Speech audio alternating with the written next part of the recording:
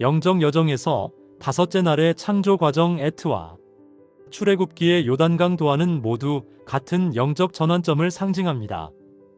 창조 다섯째 날에는 자신이 물속을 기어다니는 짐승, 즉 육신의 의식에 갇혀 있음을 깊이 깨닫는 저녁을 지나 마침내 진리의 날개를 단 새, 곧 영의 의식으로 다시 태어나는 아침을 맞이하는 과정입니다.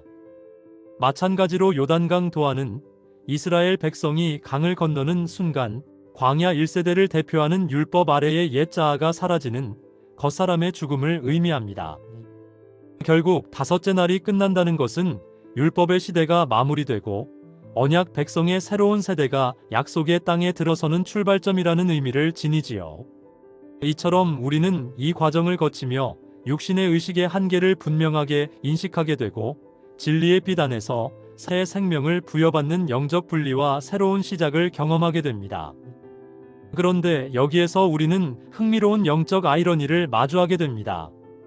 거룩한 이 세대가 요단강을 건너 들어간 가나안 땅에는 마땅히 멸절되었어야 했던 7 족속이 먼저 자리를 잡고 있습니다.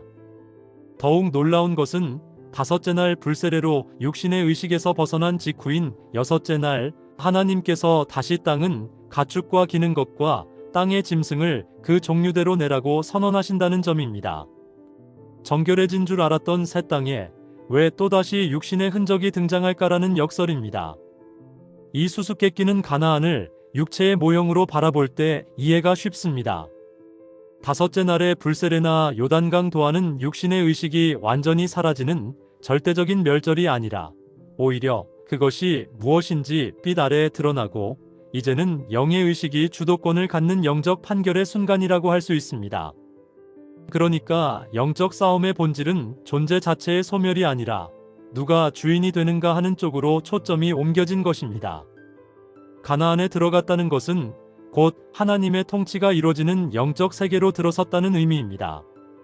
하지만 거기에 여전히 7 족속이 남아있다는 것은 가라지를 추수 때까지 남겨두라고 하신 예수님 말씀과 같이 육신의 의식은 제거의 대상이 아니라 믿음으로 마주보고 정복해야 할 대상이라는 뜻입니다.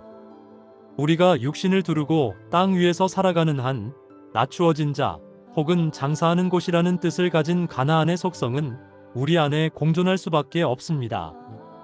결국 가나안의 7 족속과 여섯째 날의 땅적 짐승들은 우리 삶 속에서 늘 부딪히는 내면의 육적 의식, 율법주의, 비진리의 욕구 등을 상징합니다.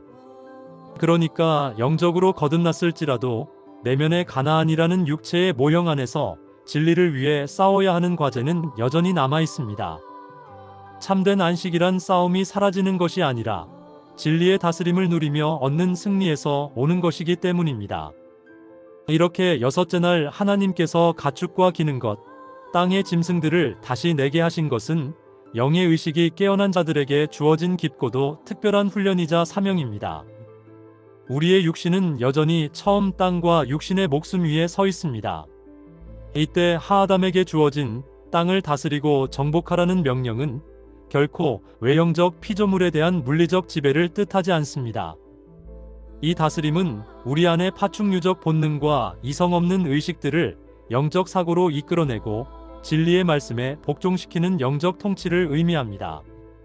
바로 이러한 삶이 육신의 생각을 영의 생각으로 다스려 생명으로 인도하는 엘로힘의 통치입니다.